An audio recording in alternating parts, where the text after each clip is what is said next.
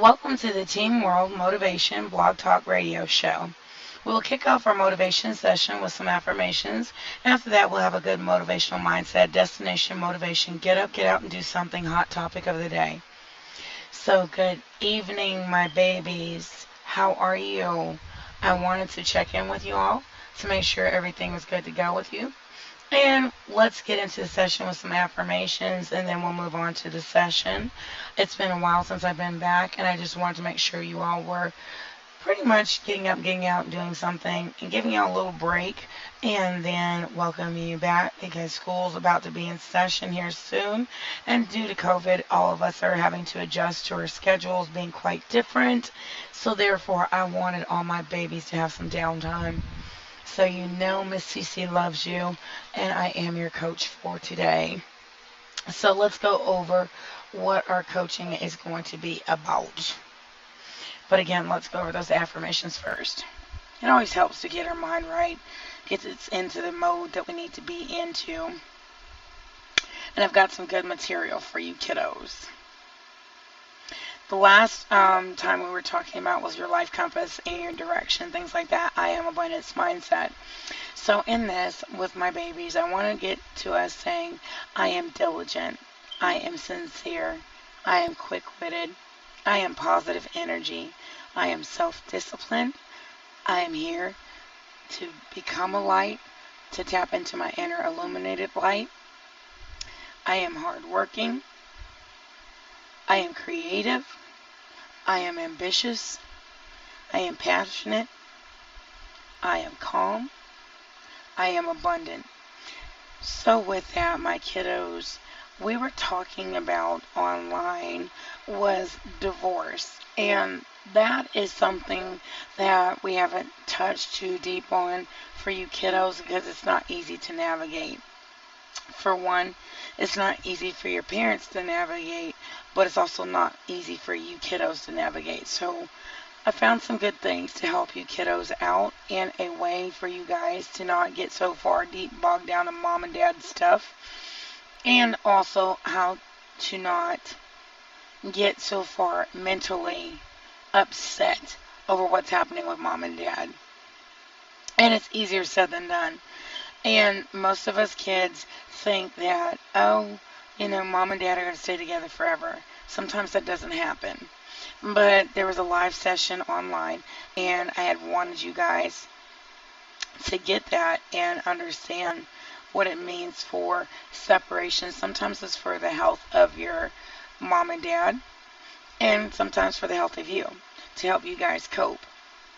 Because a lot of the times we think that mom and dad should be together forever. We think that, it's healthy to wish and want for that. But you guys have to understand, offboarding from a marriage is not easy. Offboarding kids into different households and sharing you guys is not easy. But the love is always going to be and remain the same. So with that, I was going to go over the different facets of it and how to be grateful. And during COVID, you're going to see a lot of that where your mommies and daddies are going to separate, or they're finding that they're just not compatible. And that's okay. It's okay to say that we don't love each other anymore. We're not capable of living together, but we love you guys in between. And that's all part of being a grown-up and being able to accept that. And then we're also going to unpack you kiddos and how to deal with it and cope easily with not being the gopher, the go-between, and things like that. And how to unpack a healthy way for parents to be amicable together but separate. And again, that's easier said than done. And if we have hostile situations where you're offboarding and it becomes a level of, gee, mommy and daddy are not agreeing with anything and we're not able to communicate, we're going to talk about communication styles and how that works. Because part of this is that we want to get you to understand how you're experiencing divorce versus how to make up a resolution that works between you, your mom, and your dad. And then on top of that, understanding your age group, your age bracket, and how life begins after a divorce, and how your family begins to flourish after mom and dad off board from each other. And to discover self and understanding yourself between the ages that you're at, whether you're 6 to 8, whether you are 9 to 12 years old, or 12 and above. And then the quest to understand interdependence with thinking, and then on top of that, as you get older, 17 to up there in your 20s, to understand that mom and dad might wait till you're grown to separate, and you may not understand it still. So that's where my teens, adolescents, and young adults need to understand that. And then how parents, this is for you, how to understand how not to fight and cause issues. And then understanding how to tell children that yes, mom and dad are divorcing, and here's why, without it becoming a crapshoot and a level and depth of arguments and insanity in between it. The first hello and the first goodbye, and understanding custody and visitation. And then one heart, or two hearts, or more hearts than one, and maybe 2 homes, 3 homes. It depends. And parenting a child after divorce. And then a new life dealing with divorce-related problems and issues, and figuring out how all that works out. And then on top of that, finding a way to have a moment of reciprocity and another chance when it comes to step families, multi-dynamic families, and whatnot. And part of that is understanding that usually because of one or both or more people involved in this situation that are ending the marriage or relationship will free themselves to create a happier, emotionally healthier life for themselves and the children involved. And if it's young adults, for young adults to understand that mom and dad no longer need or have a need to be together, and it's not healthy for them to be together in that nomenclature. And what's best for your children. And then parents, it's also how you handle your divorce, and determines a lot about how your children handle their coping mechanisms, both today, tomorrow, and in their future. And for adults, divorce can represent an escape from an unhappy situation, or abusive situation, or a new world of challenges or possibilities, or, to offer from tragic disappointment. We all go into marriage or relationship thinking that it's going to work. Sometimes it gives you opportunity for a fresh start. Part of that is kids. Sometimes you ask, why did you divorce? And then when your parents say, well, the room is a mess, or life is a mess, or we just don't love each other, and you kids turn it around, it's my fault. That's not always true.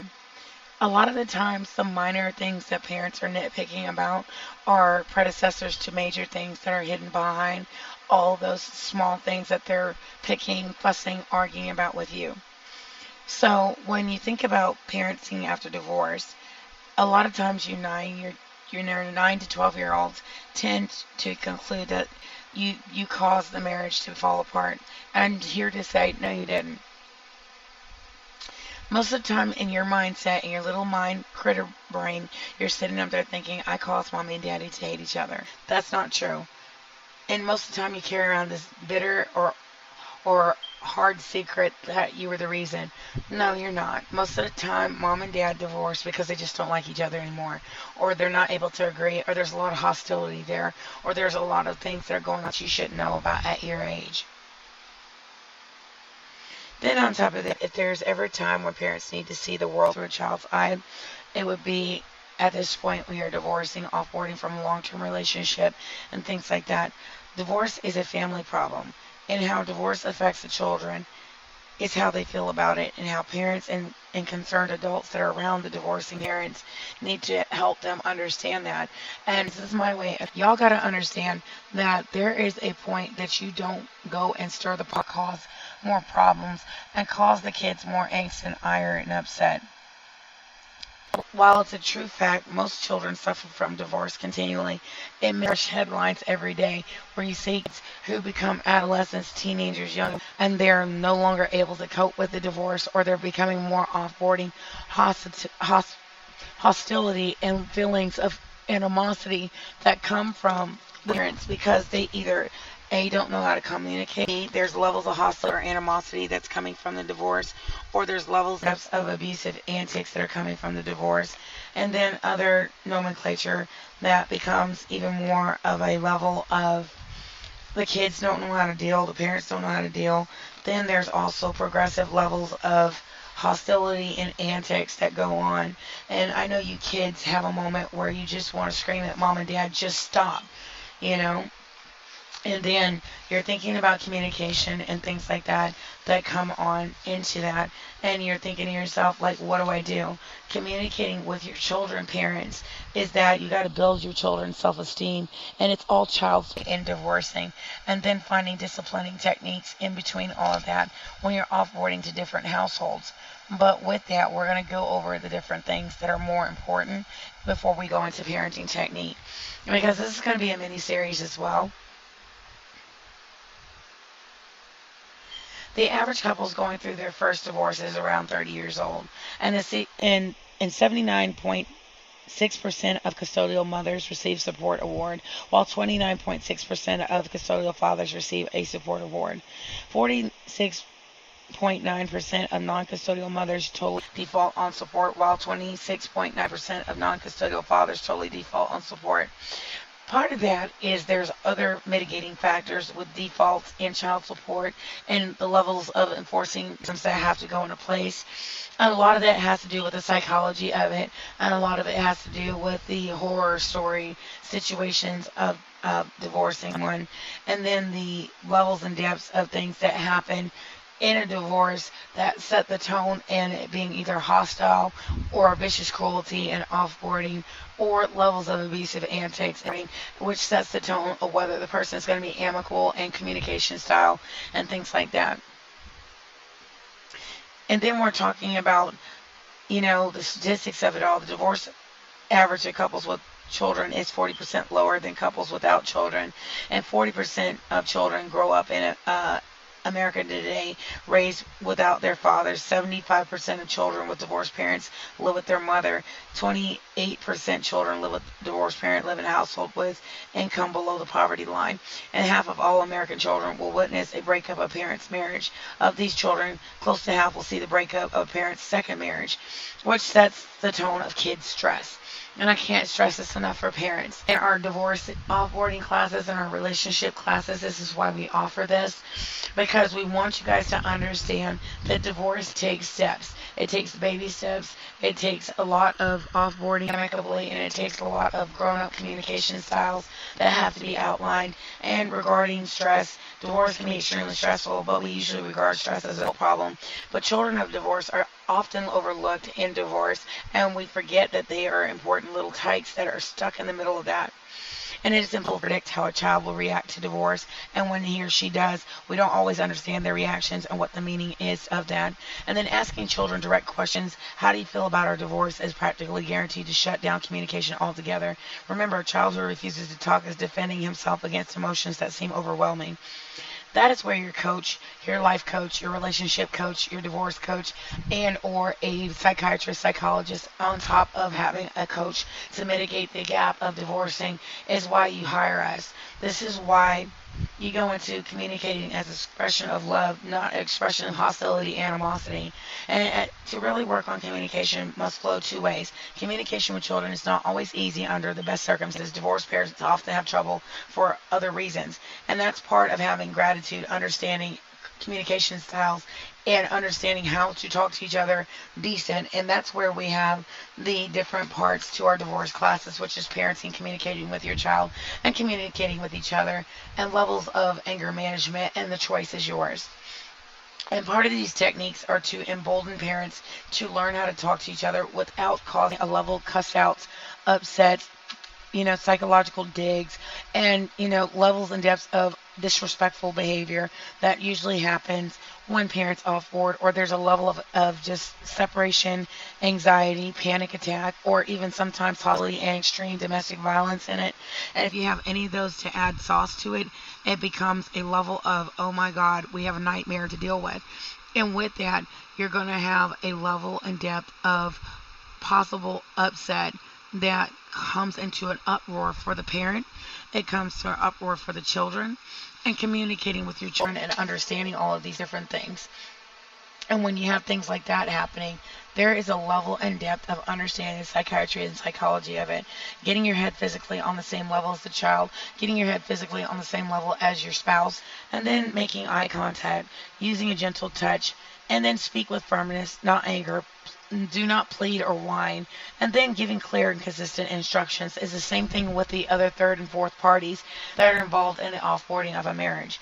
And then on top of that, avoiding confusing contradictions and mixed messages, and don't give too many instructions at once. And that is part of being amicable and offboarding of the relationship, and then finding a way to not make the marriage so riveting and upset and gritty to the point that everybody's in there screaming or feeling some level of animosity. And, allowing children to make choices appropriate to their age level and speaking to them appropriate to their age level. And then making every effort to keep your promises or things that end up happening when you're offboarding from divorce, whether it's visitation, not counter-parenting, but co-parenting. And avoid talking about things in children's presence or saying things that you don't want repeated. Because part of the problem with most parents is you end up speaking to your kids like they're your therapist. They are not your therapist. This endorses the child's right to choose what he or she will do, yet begins to teach the child's other rights as well. And then for every no, there are two acceptable choices. And then on top of that, when you're thinking about the other third and fourth parties that get involved in a marriage, that you're able to invite that person into the marriage once the hostility and animosity is over, and once you get to a point that it's child's play. It's critical to all aspects of development, often overlooked by parents as a valuable tool and a preventative measure for disciplining problems that arise from divorce and offboarding from a relationship, and often offer a natural way for children to learn how to cope with a divorce. And part of that is for parents to understand it's not just about you. It's about the children first and putting their emotions first.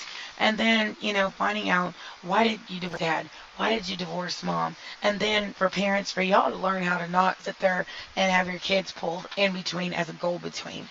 Because most of that is the expression of love, and to understand that they're trouble for other reasons. And if you start stirring the pot in offboarding of divorce, perhaps you parents find it too painful to acknowledge much to your children that you miss the other party, or you might not miss them at all. Maybe you're happier without them. But you have to understand that his or her ex-spouse, you the parent, are too more demoralized or feeling demeaned to admit that their own behavior or your own behavior itself is the reason for the divorce. And then criticizing the other parent hurts the child. You have to focus on that. And that children realize that they are not alone, that it's normal to feel anxious, angry, sad, and confused, but you can't be part of the stirring the pot confusion. And part of that with you parents is that y'all got to understand, when you're confusing the child, or you're causing a level of upset, or you're causing a smorgasbord of level of hoarding emotions, or causing levels of dark triad of feelings, the child is not going to speak to either one of you. And then when you have a third or fourth party added into it, and you're causing a level of animosity, that is a reverent level of cynicism, hostility, animosity that you're creating in that child. And they learn how to have unhealthy coping mechanisms when offboarding.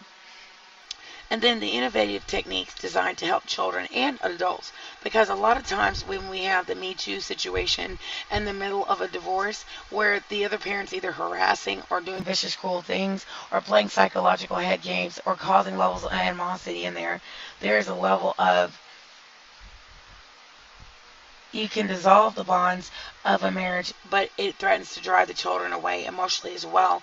And then you're creating a level of pulling the kids in between the both of y'all.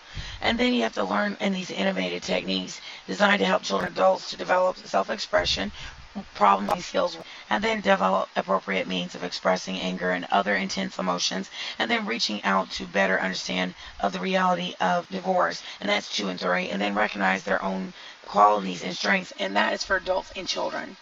And part of that is to not cause a level of overwhelming majority of children in divorce. They feel sad, confused, angry, guilty, or conflicted, and they begin to blame you if you don't handle it correctly. And then when you think about this, last but not least, is the long-term effects of trauma.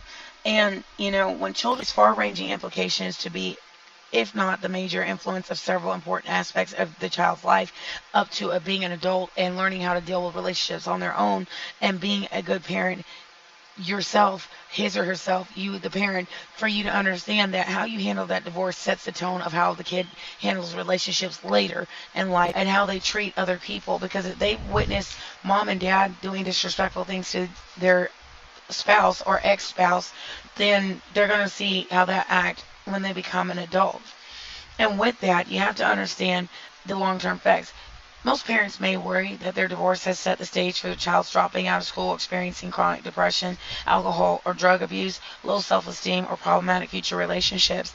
But remember two key points here. Children of parents whose divorce also share some of these problems or possible offboarding of these relationship problems. But because if you find that the parents offboard and are that is healthy or have healthy coping mechanisms or healthy offboarding by doing counseling, coaching, and other different things and finding ways for the child to offboard amicably. And if there's third and fourth parties who know how to help the child and the offboarding, it becomes a little bit better for the child to cope with the angst, anxiety, and panic of mom and dad are not together anymore. I want mom and dad back together, but you know what? I realize it's not safe, kosher, or healthy sometimes in some instances for mom and dad to stay married. And then, kids who do experience these negative outcomes may be, in part, reflect previous lack of awareness of healthy divorce-related offboarding versus unhealthy divorce-related offboarding and interventions to help children deal with them. And if you don't help the interventions and find a way to communicate effectively, what you're going to do is set the tone of how the child treats their marriages or their relationships as it's easy to get out of it. Especially if mom and dad are on second and third divorces, it's teaching the kids never to stay committed to something. But I'm not an advocate for divorce per se, but if you can't get out of your own head or get out of your thought processes with the children, then you need to think, maybe it's time for me to stay alone for a while. It's just like you don't want children to call names or label them with derogatory words. You don't want to do that to the other adult. Then don't use sarcasm or cynicism. You have to avoid talking about your children within their hearing or talking about certain things with the other parent about each other within the earshot of the child. And even if the story is cute or you feel it's cute, but it might be disrespectful to the other parent, don't do it. When things go wrong, behavior that is unacceptable, but not on the child, and don't transfer the unacceptable behavior of the other parent to the child. Then on top of that, compliment, praise, and encourage, and then praise without words. Smiles and hugs are always well received with young children, and then even with young adolescents and teenagers, finding a way to find a healthy reward system for them to do things that help ease the burden of the marriage and finding a way to help the other young children cope, and then helping the older child cope by having one-on-one sessions.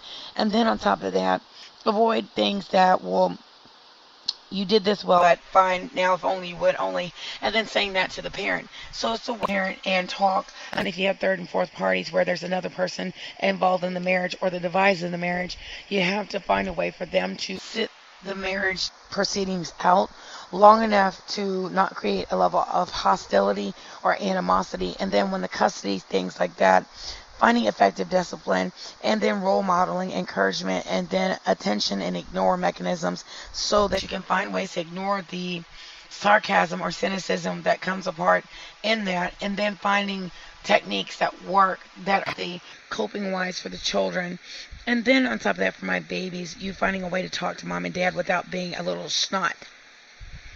And then behavior itself, our feelings about the behavior, the purpose we assign to the behavior, and when the behavior is occurring, and who is presenting in the setting, and factors affecting our ability and willingness to respond effectively, and our relationship with each other, mommy and daddy, child, mommy and daddy, and then on top of that, stepmom and dad. And part of that with stepmoms and dad is using rewards and discipline technique and tangible reward and privileges, and then learning how to let the primary custodial parent or non-custodial parent do the disciplining, and you kind of support system and piggyback on the back end of it so that there's not animosity. My mom, you're not my dad, and I'm going to tell mom.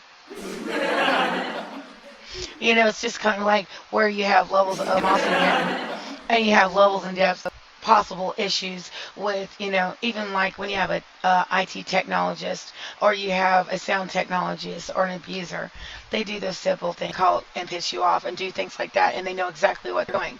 So when you're offboarding from an IT technologist, that will cause levels with sound bites or cause issues like that. When you know they're a predicate felon at abusing you and causing issues, it's kind of like, say you have an example, Ivy Tarak, or you have a Mr. Whitfield, or you have a level of people like that, or Mr. Carter, or Miss Carter, or Mr. Petty, or Miss Petty, who like to cause issues IT-wise, and then you're dealing with an abuse situation like that, right? So say you're divorcing Mr. Petty or Mr. Carter, or you're dealing with Mr. Whitfield and you're divorcing him, and you're having levels of IT abuse, or you're having Mr. Warner, and you're dealing with being aiding, abetting an abuser. So when you're dealing with things like that, you have to deal with those type of things that will make you want to scream, or you're dealing with someone who likes to cause levels of upset, or doing devilish, demonic things, and being a dark triad of narcissism or sociopathy, or feeling entitled to cause issues and problems. So when you're dealing with someone like that, you have to find a way to offboard from that person, remove the level of animosity, hostility, point those things out, but not with the child in earshot. So when you're dealing with those of soundbite antics with a person like Miss Ivy, Poison Ivy, who's poisonous to your mental health, emotional health, and likes to cause soundbite issues, or you're talking about Mr. Allison or Mrs. Allison, or you're talking Mr. Petty, who likes to be petty and do IT abuse, or Mr. Whitfield that likes to do IT hacks, IP hacks, and abuse, or Miss Tarok that likes to do IP hacks, IT hacks, and abuse. So when you're dealing with that, or Mr. Carter, or Mrs. Carter that likes to do IT hacks and abuse. So when you're dealing with that level of hostility, you can't do it around the child, but you absolutely find the dark triad of abusers or psychopaths, psychopaths, and sociopaths, and you find a way to point those things out, but not with the child in earshot. So you see that prime example of having to deal with soundbite abuse.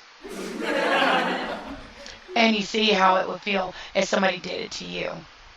So when you're having to divorce someone who's willing to go through those levels of abusive antics and nomenclature and won't stop because they don't like you being able to do your job. So that means dealing with that in coaching. So you see that prime example of the difference in having to deal with that, and a soundbite abuser or a person who enjoys causing levels of upset. And when you're dealing with someone, say like Mr. Rothschild, who is very rich or has the means to do so, and might go into your federal records that are sealed, just like Miss Petty or Mr. Petty, then you have a level of abusers that think it's funny to play games. And once you're dealing with somebody that's a psychopath, sociopath, or narcissist who enjoys causing levels of getting under your skin or playing in your face, there's levels of offboarding from a psychopath, sociopath, or a psychopath that likes playing games like that. So in that, you have to just point it out. And from a sadistic person, it's kind of like AC unit games like Mr. Carter or Mr. Allison or Mr. Petty or E and T that like to tamper AC units. So when you're dealing with hostile, vicious cruelty and divorce, you tend to have somebody who's poisonous to your mental health, and likes to tamper AC units. So those are things, like I said, vicious cruelty and a divorce. So when you're dealing with children who have to deal with that, and you're dealing with an adult who has to deal with vicious cruelty of E and T, or Mr. Carter, Mrs. Carter, or Miss Petty, or Mr. Petty, or levels of Ivy Tarok and the AC unit antics, and levels and depths of psychopathy and things like that, or sociopathy. And when they like to provoke or do riveting levels of emotional abuse and torment. And so when you're dealing with a psychopath, sociopath, or you're dealing with community terrorism on top of that, when you have a wealthy person like Mr. Rothschild who can pay a whole community to do provoke, gaslight things, or you're talking about levels and depths of Mr. Whitfield who's wealthy and can do things to go provoke and gaslight, or Mr. Warner, or Mr. Petty, or Mrs. Petty, or Mr. or Mrs. Carter. So when you have wealthy people who can do these different things, kind of like an AC unit that says ODC at the bottom, when you have it fixed and the AC unit seems to continue to make poisonous gas release, and then you're constantly going those different things. So when you're dealing with those levels and depths of emotional torment, provoking gaslight, what does that do? Add more torment, provoking gaslight in when you're dealing with having to deal with anger, hostility, and upset, and when you're dealing with vicious cruelty times that Me Too antics in that. So those are prime examples of abusive nomenclature and dealing with offboarding. and finding ways to communicate effectively when you're dealing with a adult that acts like a child, or a vicious, cruel adult, or an emotional abuser, a mental abuser. Say, like example, Mr. Rothschild, or you're dealing with Mr. Whitfield, or you're dealing with Mr. and Mrs. Carter, or you're dealing with Mr. and Mrs. Petty, or Mr. and Mrs. Allison.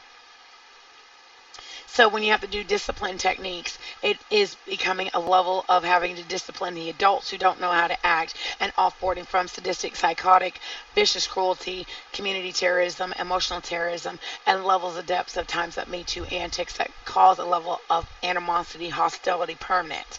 And then when you're dealing with psychological torment or omnipresence of a psychological abuser or emotional abuser or wealthy, well-connected female or male narc that will do things like that. So then when you're dealing with those type of people, you have to have a level of them seeing a psychiatrist, psychologist, or sometimes we're being remanded to a state hospital, or absolutely being remanded to not see children, or being connected to children if it's 6-degree separation or 33rd degree separation, or levels of depths of emotional abuse, times up abuse, or Me Too abuse.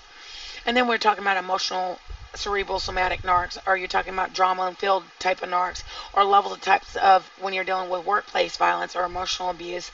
And then that goes to children, and you're having to deal with hostility in the household. And if you have to work with your narc, or forced to work with your narc, then it becomes a level of causing levels of emotional abuse, torment, provoke, gaslight, vicious cruelty, and hostility at work, then at home. And then if you had a third party that caused the demise of your marriage or causing the divorce, then you're dealing with communication levels of ineffective people who are emotionally abusive, mentally abusive, devilish, demonic, like Mr. Carter, Mrs. Carter, or Mr. Allison, Mrs. Allison, or you're talking about levels and depths of Mr. Petty and Mrs. Petty, or Mr. Rothschild, who likes to keep up a level of narcissism or scandalous levels of riveting, upset, or uproar, or gets in the middle or stirs the pot, or Miss Tarok, who likes to cause levels of upset at work, or levels and depths of stirring the pot and becoming an emotional visitor, or stirring the pot in hostility and becoming a poisonous part of that, like I said, poison ivy.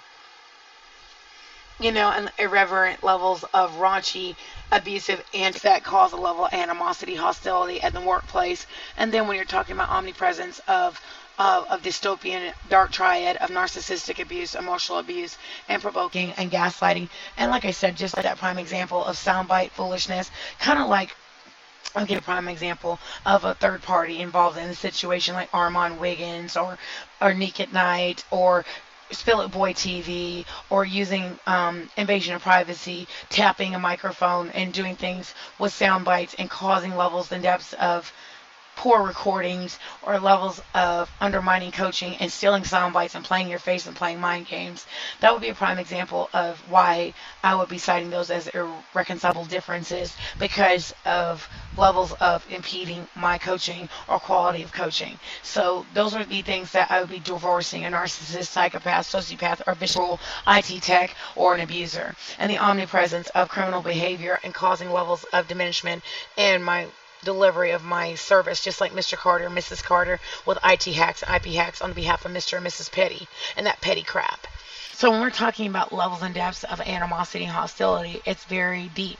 And the American Horror Story of trying to build business back and dealing with an omnipresence of a narc, cerebral or somatic or Machiavellian type of narc.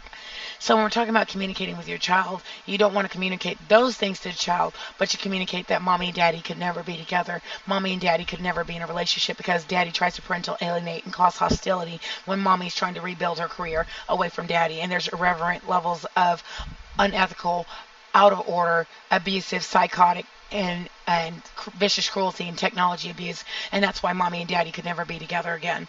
And levels of scandalous and reality of it, of emotional abuse, mental abuse, playing mind games, and daddy's a sadistic psychopath. So I couldn't be able to say sadistic psychopath. I would say that daddy's unhealthy for mommy, mentally, emotionally, and financially abusive, and then on top of that, economically abusive. I would leave that out. But on the other part of it, he likes to provoke mommy, he likes to gaslight mommy, and he's truly an abuser, a psychopath, and a cerebral sociopath. But a child's not going to understand it at that point. I would have to say mommy and daddy are not able to be together because mommy just no longer loves daddy. Mommy and daddy cannot agree on any terms to being together in the same household. Daddy and mommy just are at a point of animosity and hostility that cannot be fixed. So mommy and daddy's relationship is irrevocably broken. Therefore, mommy wants to divorce daddy. And that's about it. But mommy loves you, daddy loves you, but mommy just cannot tolerate daddy anymore. And there's a point where daddy is being cruel to mommy, and mommy doesn't like it, and mommy does not feel like being hostile towards daddy, and mommy just cannot tolerate living in the same house as daddy. So there's a point that we have to agree to disagree to move on from each other. So that is the healthy way to offboard from a relationship and talking to a child. Not saying your dad is a jerk off, an a-hole, and all the other different things that daddy actually literally is. And, and vice versa, or daddy has cheated on mommy multiple times and mommy found out about it. Your dad's a man whore. You don't want to say that. So at that point, there's a level of irreconcilable differences. Mommy can't trust daddy, and you don't want to say all those different things to your child. You don't want to have your child be the therapist. You want to seek a therapist as an adult, and you want to seek a psychiatrist if daddy's doing enough abusive things in the relationship to where it's making you want to pull your hair out. And then at that point, punching daddy. You can't punch daddy, right? So at that point, you have to get to a point that you either just say that before I punch daddy in his throat, I'm just going to leave him. So at that point, instead of putting your hands on that person, because that's what that person wants, you literally have to walk away, close the door on them, and leave them. And you have to get therapy, psychiatrist, psychologist, and one for the child as well, so that you can leave before you actually strangle daddy. Or strangle his wife. Who likes to stir the pot? Who's every bit of abuse is just like daddy. Or stepdaddy. And his stepwife is absolutely unamicable and likes to stir the pot and cause a level of hostility as well. And you just really feel like doing this. But you can't. So you inside scream. And then you leave them. And you just say to yourself, you know what, instead of cleaning him out financially, every which way there is possible, you amicably go through a divorce as best you possibly can, and you leave them alone before you end up screaming in their face.